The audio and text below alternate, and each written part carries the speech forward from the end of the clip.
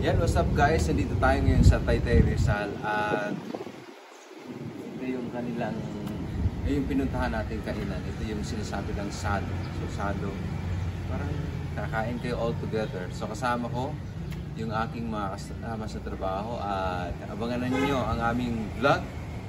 At papakita namin yung kanilang mga pagkain dito at tiyak tayong masarap. So nandito na tayo guys, no, sa Salo. Yan, yung logo. At maganda yung kanilang lugar, malaki, may parking lot, safe sa loob. Yan. At maganda yung ambience, no. Malinis, of course. At parang nasa bahay ka lang din, parang kusina nyo na lang yung lugar. Malaki naman yung space.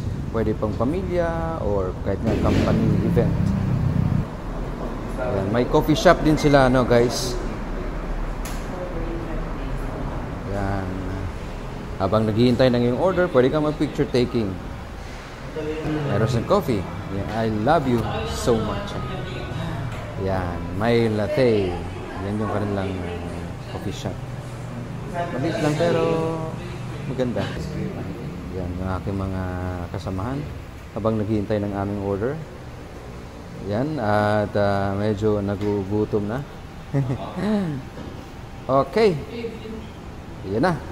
Malapit na ang ating order. Yan yung kanilang mga pagkain dyan. Yan. Mayroong chop suey, favorite ng Filipino. Ito ay siyempre bulalo. Kain na. Tatatakam na tayo dyan guys, no? Meron pang ano to, buttered chicken. So ayan. Yan po mga kadingdong dantes. Ay sorry, at saka ka Marian Rivera. Yun parang kamukha naman ni Marian yan eh. Ayun. Masarap dito. Puntahan nyo rito sa Rizal. Kung nga ay mayroon ng ano. Meron na akong dala pero binigay lang to. Okay. Uwi na kami. Bye bye.